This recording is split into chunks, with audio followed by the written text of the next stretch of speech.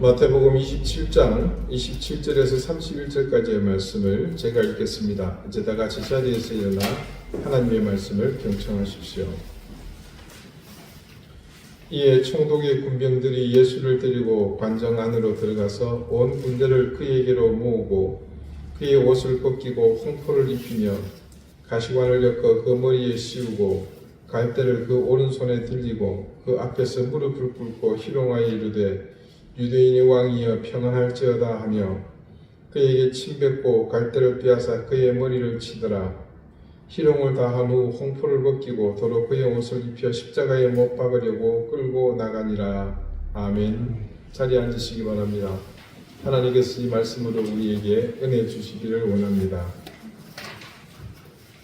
1971년 미국 스탠퍼드 대학에서 필립 짐바르도라는 심리학자가 아주 인상적인 실험을 했습니다.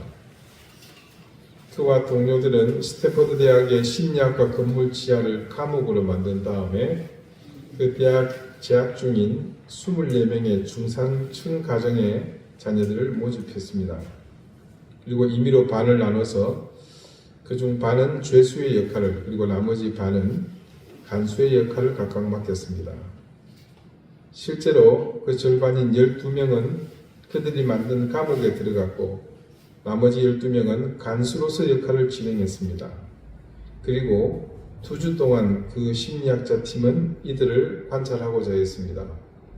그런데 이 실험은 6일 만에 중단되었습니다. 이유는 간단합니다. 너무 사실적이었기 때문입니다.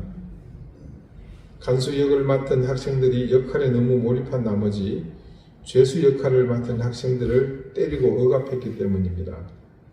그들은 이것이 실험이라는 사실을 잠시 잊어버린 겁니다.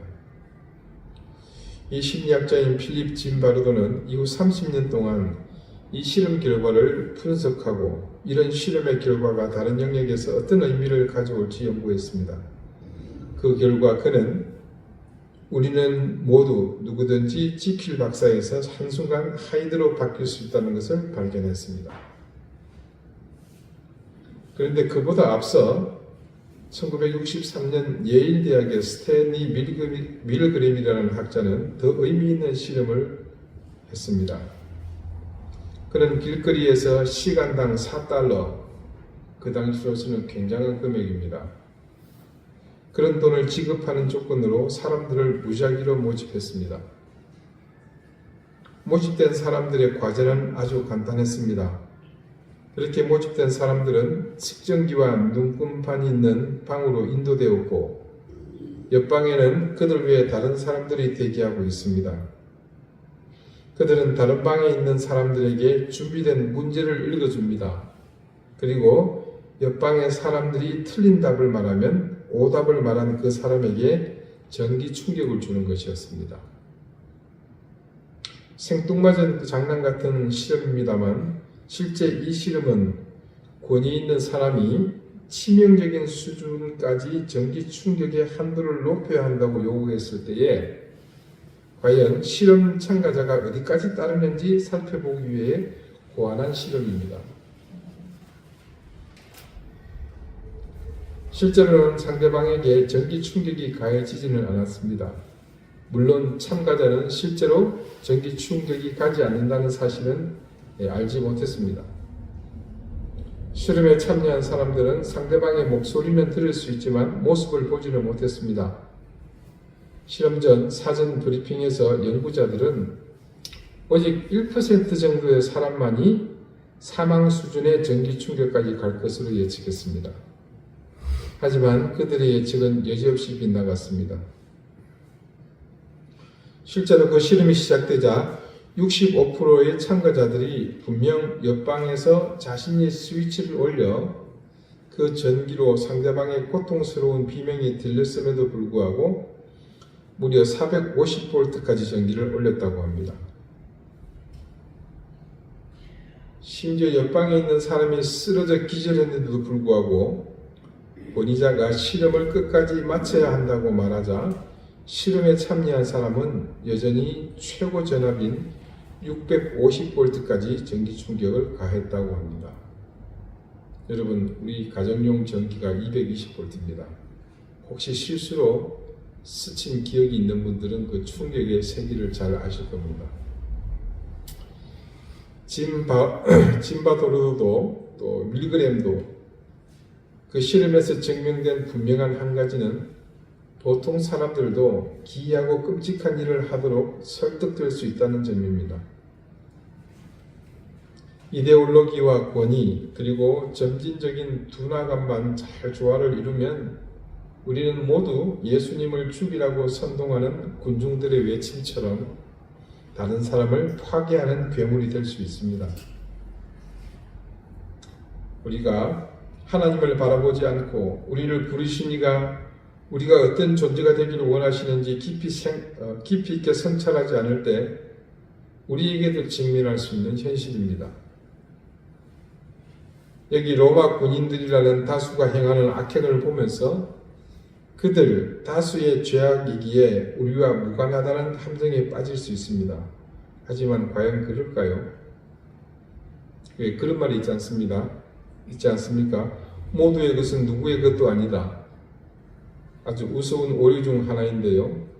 예를 들어서 번듯한 공공시설을 만들어 놓고 그곳 안내문에 이 시설은 우리 모두의 것입니다.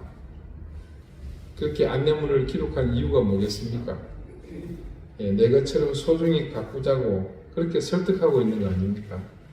하지만 누구도 모두의 것을 내 것으로 생각하는 사람은 없습니다. 이런 일반화의 오류가 죄성에서도 같은 원리로 적용되는 것 같습니다. 즉, 모두의 죄는 누구의 죄도 아니다. 그러나 주님께서는 오늘 모두의 죄 가운데서 결코 우리가 무관하지 않다는 사실을 말씀하고 싶어 하십니다. 누가의 기록에는 다른 복음서에 없는 한 가지의 내용이 담겨 있습니다. 그것은 예수님께서 빌라도에 의해 누군가에게 보내어졌다가 다시 돌아오셨다는 겁니다. 그것은 그 당시 그 지역을 다스리고 있던 분봉왕 헤롯 안티파스입니다. 그는 헤롯 대왕의 아들이었죠. 수많은 아들이 죽어나갔지만 그 중에 살아남았던 아들입니다. 우연히 예루살렘에 머물렀던 것으로 보입니다. 그 사실을 알고 있던 빌라도는 예수님의 판결에 대한 책임을 회피할 목적으로 예수님을 헤롯에게 보냈습니다. 헤롯은 장시간에 걸쳐 예수님을 신문했지만 예수님은 헤롯의 질문에 답변을 거부하십니다. 그러자 헤롯은 예수님을 경멸하고 희롱한 다음에 좋은 옷을 입혀서 빌라도에게 다시 보냈고 빌라도는 돌아온 예수님에게 십자가형을 마침내 선고합니다.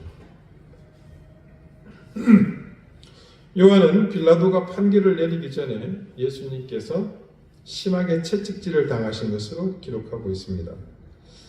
그 채찍은 여러분이 알고 있는 그 채찍이 아닙니다. 물론 그것도 아프죠. 가죽끈이기 때문에 심하게 후려치면 아주 따갑습니다. 근데 역시 말하는 채찍은 줄 끝에 동물의 뼈 조각, 돌 조각, 쇠 조각을 달아서 등짝을 후려쳤을 때는 그것이 살에 박히고 당기면 그때 박혔던 살점이 묻어나는 아주 처참한 몰골로 만드는 그런 채찍입니다. 끔찍한 형벌이었죠. 군병들은 예수님을 심하게 채찍질하고 가시관을 이마에 씌운 후 자주색 옷을 입혀서 피 흘리고 망가진 예수님을 빌라도에게 끌고 갔습니다. 빌라도는 처참한 몰골의 예수님을 군중들에게 보여주면서 그들이 예수님의 처참한 모습으로 만족하고 십자가형을 철회할 것으로 기대했던 모양입니다.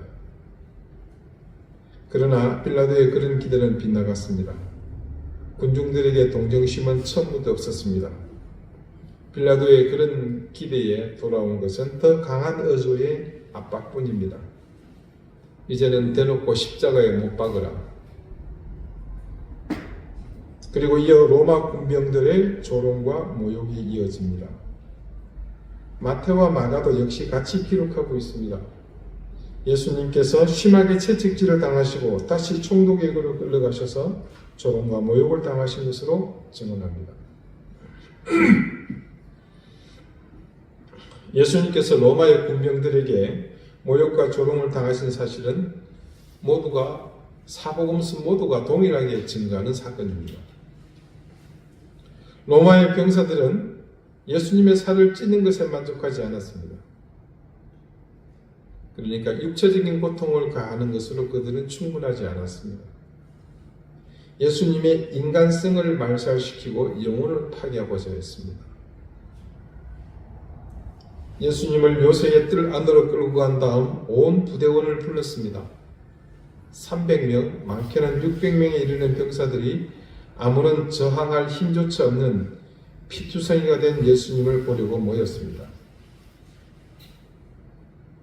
마태는 그들이 예수님을 알몸으로 만든 후에 로마 군대의 정규 무기들로 무장한 수백 명의 병사들 앞에서 조롱당하셨다고 기록합니다. 조롱의 의미로 왕의 대관식을 거행합니다. 병사 중 한 명의 것으로 추정되는 붉은색 천을 가져다가 예수님에게 둘렀습니다. 그것으로 부족했던지 그들은 왕관도 흉내냅니다. 가시나무 가지를 꺾어서 둥글게 관을 만들어 그의 머리에 얹었습니다. 여러분, 예배 마치시고 가실 때 한번 그냥 보고 가시기 바랍니다. 제가 예루살렘에서 구입해온 가시로 만든 관입니다. 이 잠시가 나눴습니다만 우리가 생각하는 가시와는 차원이 다릅니다. 저것을 머리에 얹고는 눌렀습니다. 가시가 머리에 박힙니다. 그곳에서 피가 흘러나와 얼굴을 타고 내렸습니다. 유대인의 왕이시여 하며 외치고 경의를 표합니다. 군인들이니 경례를 하지 않았겠습니까? 그들은 또 갈대를 꺾어 홀을 만들어 예수님의 손에 쥐게 했습니다. 왕이 들고 있는 그 홀을 흉내낸 겁니다. 다음으로 그들은 예수님 주위에 둥글게 모여 그렇게 서서 침을 뱉고 얼굴을 내리칩니다. 그것도 성에 차지 않았는지 이어 그 갈대마저 빼앗아서는 그 갈대로 예수님을 후려쳤습니다. 그 갈대로 내리쳤을 때 고통이 얼마나 하겠습니까? 어떤 목적입니까? 모욕을 주려는 겁니다. 계속해서 그리고 외칩니다. 무릎을 그 앞에 꿇고서 유대인의 왕이시여, 유대인의 왕이시여. 아무런 저항도 하지 못하고 고통당하는 한 사람을 이처럼 잔인하고 비인간적으로 희롱하는 부끄러운 모습, 바로 이것이 우리가 주목해야 할 장면입니다.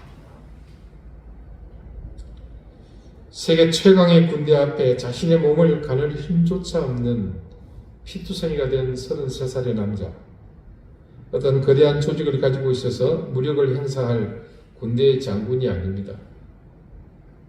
머리카락이 잘린 삼손도 아니었습니다. 그 사람은 단지 잃어버린 사람들을 사랑하셨을 뿐입니다. 그 사람은 단지 사람들이 깨닫지 못했던 하나님의 나라를 선포했을 뿐입니다. 아파서 신음하는 병자를 고쳐주셨고 걷지 못하는 사람을 일으키시고 눈먼 사람의 눈을 뜨게 해주셨을 뿐입니다. 물론 그 사람은 때론 종교 지도자들의 권위에 도전도 했었고 그들의 위선에 신랄한 비판도 가하셨습니다.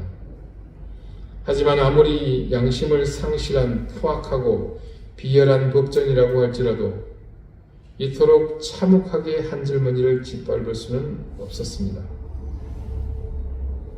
과연 이 사람들은 어떤 사람들일까요? 여러분은 예수님이 지금 이 순간까지 오기 전 예수님께 상상도 할 수 없는 어려운 일을 저지른 또 다른 사람들을 알고 있습니다. 예수님이 체포되자 배신하고 떠난 제자들을 목격했습니다. 그 주님을 체포하게 만든 사람은 외부인이 아니라 내부인입니다. 자신을 두고서 큰 소리쳤지만 허무하게 무너진 베드로를 보았습니다. 당대의 지성이요 동족이며 경건의 상징이라던 71인의 산헤드린 공회원들이 자신의 권력을 남용하는 비겁한 현장을 보았습니다.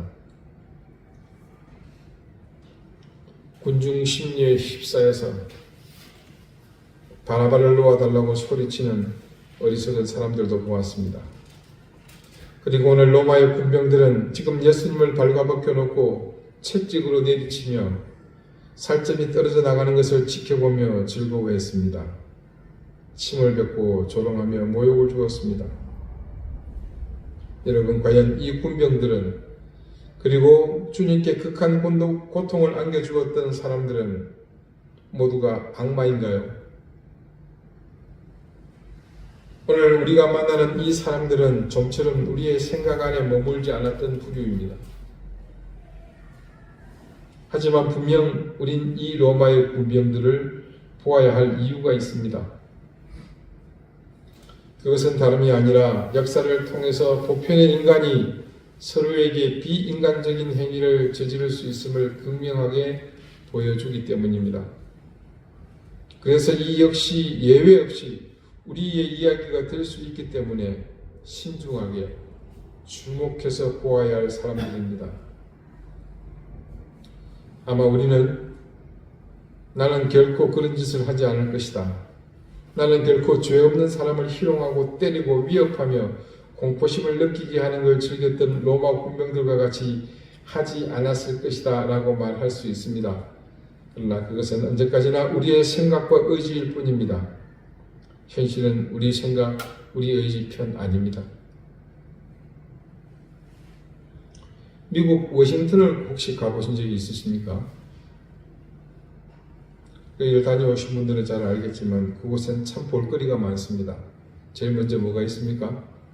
미국 대통령의 집무실인 백악관이 있죠. 백악관 앞을 나와서 넓게 열린 대로를 따라 한참 조금만 가다 보면 국회의사당이 나옵니다. 그리고 조금만 옆으로 나오면 스미소니언 재단이 세운 세계 최고 규모의 자연사 박물관, 그리고 다른 나라에서는 흉내도 못 낼 규모를 자랑하는 항공박물관이 있습니다. 또 링컨 기념관이 있습니다. 그런데요, 이 워싱턴에는 전혀 상상하지 못할 의외의 기념관이 있습니다. 그것은 홀로코스트 박물관입니다. 홀로코스트는 학살이라는 뜻이죠. 히틀러의 소위 최후의 방안이라는 명분 아래 저질렀던 잔혹했던 당시의 행위들을 전시한 곳입니다. 2차 대전 당시 유태인 포로 수용소를 담은 사진과 실제 그곳에서 채집한 당시의 유품들이 그대로 전시되어 있습니다. 그중 가장 눈길을 끌었던 것은 그 당시 독일이 수용소에 그들을 모아서 샤워실로 모두 집어넣었습니다. 샤워를 시킨다는 명목이었죠. 옷을 벗고 몸에 부착한 모든 것들을 다 떼어내고 샤워기에서 나오는 물을 기다리는 그곳에서 독가스가 나왔죠. 그리고 그 자리에서 모두가 그렇게 숨졌습니다. 그렇게 죽어간 유대인들이 그 당시 벗어놓았던 신발이며 안경이며 옷가지들이 세월의 흔적을 입은 채 그대로 전시되어 있습니다. 특히나 신발과 안경은 그대로 일정 형식 없이 켜켜이 쌓아놓았습니다. 말 그대로 그곳은 나치의 비인간성을 예고 없이 전시해 놓은 참상의 기념관이었습니다. 제가 처음 유럽을 방문했을 때 독일 뮌헨 근교에 다카우라는 곳에 있는 수용소를 방문한 적이 있습니다. 이 수용소는 2차 대전 당시 유태인을 수용했던 곳입니다. 일반적으로 우리가 잘 아는 알려진 아우슈비츠 수용소는 폴란드에 소재하고 있습니다. 독일의 만행을 가장 잘 보존하고 증언하는 유명한 기념관으로 알려진 곳입니다. 그러나 뮌헨의 다카우 수용소는 아우슈비츠와는 또 다른 의미가 있습니다. 그 또 다른 의미라는 것은 다름이 아닌 그 수용소가 독일 안에 있다는 겁니다. 한번 생각해 보십시오. 일본 오사카 경구에 일제가 조선인들을 학대하고 악랄한 짓을 저지른 것을 그대로 보존하여 기념물을 만들었다면 어떨 것 같습니까? 달리 설명하지 않아도 미네 소재의 이 수용소가 가진 상징적 의미를 여러분은 충분히 짐작하실 수 있을 겁니다. 자신들의 만행을 스스로 기념물을 만들어서 단장하고 전시합니다. 또 그곳의 몇몇 장소에는 피해자들의 영혼을 위로하고 그리고 그들을 잊지 않고 기억하려는 의지를 담은 조형문들을 정성껏 만들었습니다. 또 다른 자신들, 과거 나치의 죄상을 낱낱이 까발려 놓고 있는 것입니다. 하지만 홀로코스트 기념관도 이 다카우의 수용소도 모두가 나치의 죄상을 고발하는 것만이 진정한 목적이라고 볼 수는 없습니다. 그것은 교회의 지도자들을 포함하여 그런 악에 대해 저항하거나 항거하는 것을 거부한 수백만의 보통 유럽인들이 공범임을 증언하기도 합니다. 심지어 히틀러의 이런 만행을 종식하는 데 가장 큰 역할을 한 미국조차도 나치가 이런 대학살을 진행하고 있을 당시 더 많은 유태인을 이민자로 받아들이는 것을 거부했었습니다. 홀로코스트, 이 유대인 대학살은 나치만을 고발하는 것이 아니라 그 시대를 함께 살았던 모든 인류를 고발하는 것입니다. 누구든 저처럼 이 미네의 다카우 수용소를 처음 방문한 사람도, 워싱턴의 홀로코스트 박물관을 방문한 사람도 그곳에 전시된 공간에 선다면 모두가 같은 생각을 품을 것입니다.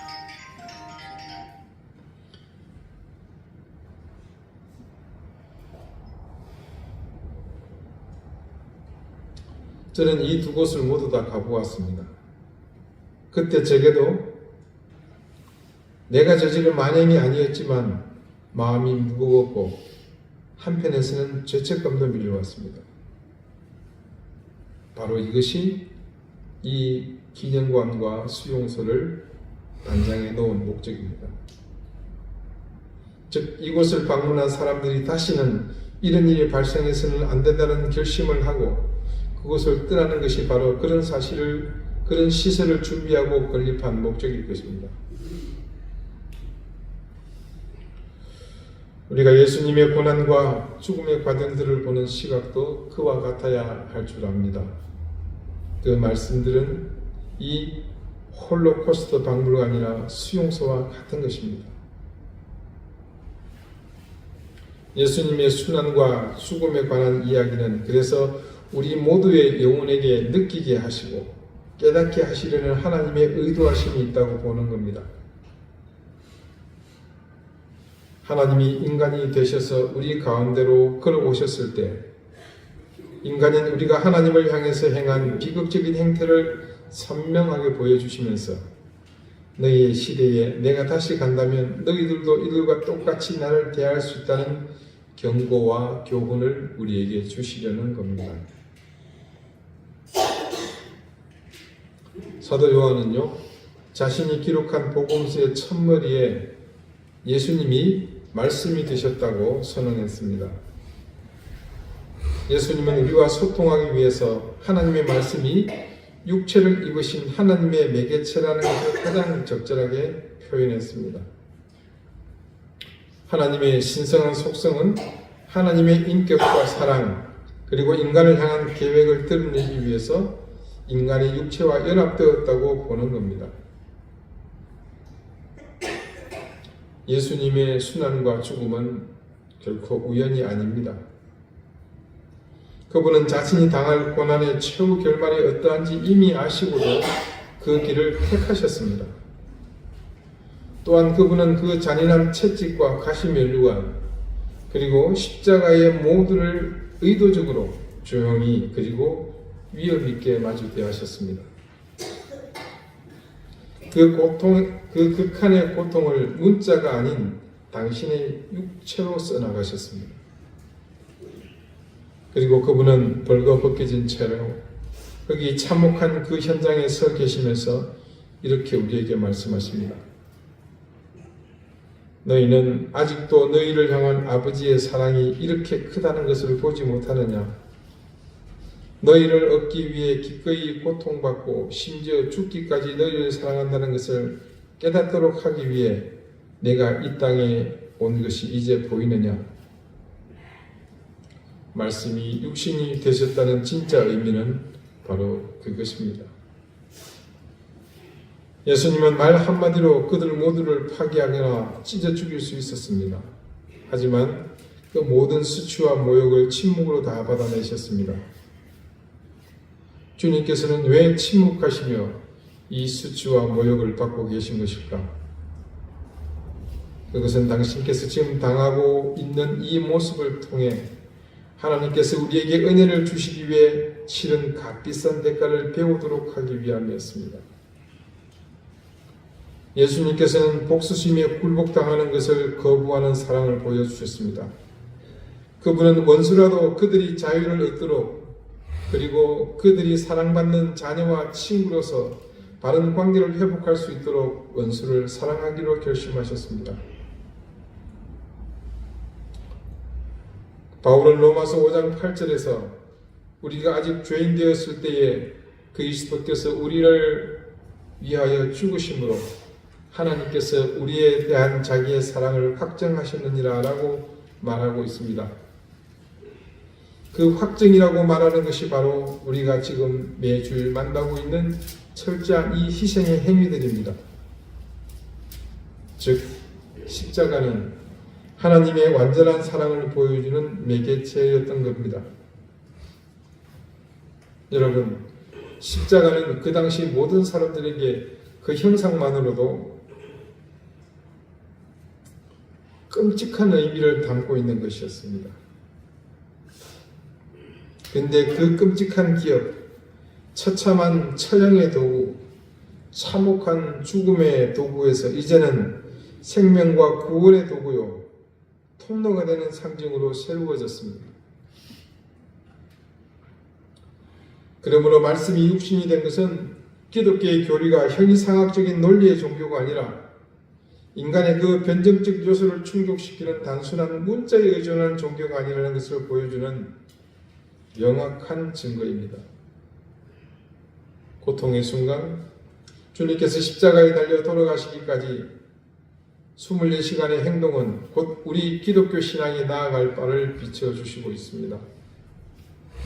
하나님의 실천과 행동, 하나님의 말씀은 곧 우리를 통해서 육신이 되어야 합니다. 여러분, 삶과 괴리된 신앙을 기대하지 마십시오. 그것은 생명이 없는 신앙입니다. 여러분의 신앙을 어떻게 증거하십니까? 여러분에게 있어서 그리스도를 따르는 삶인 신앙은 여러분의 인생에서 얼마만큼 비중 있는 삶입니까? 기독교 신앙은 주님께서 육신으로 오셔서 당신께서 친히 말씀으로 사신 종교입니다. 그래서 우리의 온전한 신앙을 소유하는 것은 우리 일상의 고백처럼 주님과 함께 사는 삶입니다. 그 삶은 우리의 생각과 입술로서가 아니라 그분과 같이 삶이 말씀이 되어야 하는 겁니다. 그것이 큰 것이든 작은 것이든 중요하다고 생각이 되든 그에 미치지 못하는 미약한 것이든 이후로는 여러분의 신앙이라는 모든 행위는 그 자체로 여러분의 삶이 되어야 할 것입니다. 주님께서는 그날 그 자리에 우리의 모든 것을 대신하시려고 서 계셨습니다. 자신의 모든 능력과 권세는 모두 내려놓으시고 고문당하는 희생자들을 위해서 부당하게 비난당하고 누군가에게 학대받는 사람들을 위해서 주님은 그곳에 서 계셨고 우리에게 이렇게 말씀하십니다. 너희와 하나가 되고 너희와 공감하기 위해서 내 스스로를 미움과 천대받는 자리에 내어 놓았다. 이제는 우리가 주님의 그런 행동에 응답해야 할 때입니다. 여러분, 모든 삶의 자리에서 여러분의 행동으로 그리스도인의 그 사랑을 증거하는 삶을 사시기 바랍니다. 우리가 구원받을 수 있었던 유일한 이유, 주님께서 육신이 되어서 우리에게 오신 그 사건, 우리는 그 사건을 증거하는 증인된 실천의 삶을 살아야 하는 그런 사명이 있음을 결코 잊어서는 안 됩니다. 사랑하는 여러분, 지난 한 주간의 삶이 얼마나 고단하셨습니까? 여러분 평생을 이어온 반복되는 그 삶, 내게 주어진 인생이고 삶이며 내가 가야 할 길이지만 하루하루는 고통과 또 고뇌의 시간들이 우리에게 주신 그 삶의 많은 부분을 차지합니다. 그런 현실이 느껴질 때마다 여러분은 익숙해진 그 고난에 그냥 내 자신을 던져버리고 맙니다. 될 대로 되라지. 하지만 여러분, 그 순간은 그냥 잠깐의 시련일 뿐입니다. 그런 고난과 환난은 절대 여러분을 넘어뜨리지 못합니다. 왜냐하면 여러분의 그 고난과 환난을 위해 주님이 직접 그 모든 것을 대신 감당해 주셨기 때문입니다. 우리 주님은 온몸이 찢긴 그 고통 속에서도, 그리고 손과 발에 박힌 못에 뼈가 으스러지는 그 처참한 고통 속에서도 당신의 그 고난으로 넉넉히 모든 상황을 이기고 심지어 죄악의 굴레 씌워진 멸망의 인생이 송두리째 바뀔 수 있다는 그 사실에 만족해 하셨을 것입니다. 그러니 여러분, 혼란과 고난 때문에 고통과 절망이 몰려올 때마다 지금 이 고난을 모두 이겨내시고 그렇게 십자가에서 우리를 바라보실 주님을 생각하며 넉넉히 이길 수 있기를 바랍니다. 그 주님의 사랑의 힘은 여러분을 이 세상의 어떤 고난과 역경에서도 건져내어 주실 것이며, 혹여 여러분이 건짐을 받지 못한다고 할지라도 그 속에서 여러분이 넉넉히 감당하고도 남을 힘을 주실 것입니다. 주님의 고난이 우리 앞에 보이는 것은 분명하고 확고한 약속의 증표임을 믿으십시오. 그분이 달리셨던 십자가가 여러분 눈에 보일 때마다 그 약속의 증표에 환호하시며 기뻐하십시오. 매해 반복되는 이 사순절, 주님의 고난을 기억하는 이 순간이 어떤 순간보다 그러므로 여러분에게 확신을 주며 그 확신으로 새 힘을 얻는 시간임을 기억하십시오. 기도드리시겠습니다. 주님, 아담의 후손인 인류는 근본이 악하기에 그 본성이 죄에서 벗어날 수 없는 존재였습니다. 왜 주님이 하나님이 인간이 되셔야만 했는지 우리는 당신이 십자가를 지고 골고다로 향하는 모든 여정 속에서 철저히 깨닫게 되었습니다. 하나님이 인간이 되시지 않고는 도저히 근본의 죄가 용서받을 길이 어디에도 없음을 인간이 스스로 증명해서 드러내 보여주었고, 주님은 그래서 마땅히 그 길을 가셔야 한다는 사실을 또한 그 참혹한 고통의 과정을 통해 보여주셨습니다. 인생이 악하고 그러나 또한 말씀을 따라 살려는 이들은 그 약함에 무차별 공격을 받으며 늘 고달프고 고통스러울 수밖에 없지만, 우리는 그런 모든 환난과 역경에서 건져주시는 고난과 희생으로 구원을 이루신 주님의 제자이기에 오늘 이 절망의 순간에도 영광의 주님을 바라볼 수 있습니다. 저기 십자가 그 흔적이 우리에게 뚜렷이 있음을 참 증거가 됨을 늘 믿으며 우리 이든교회 모든 성도들이 힘과 용기를 얻을 수 있도록 인도해 주십시오. 예수 그리스도 이름으로 기도드립니다. 아멘.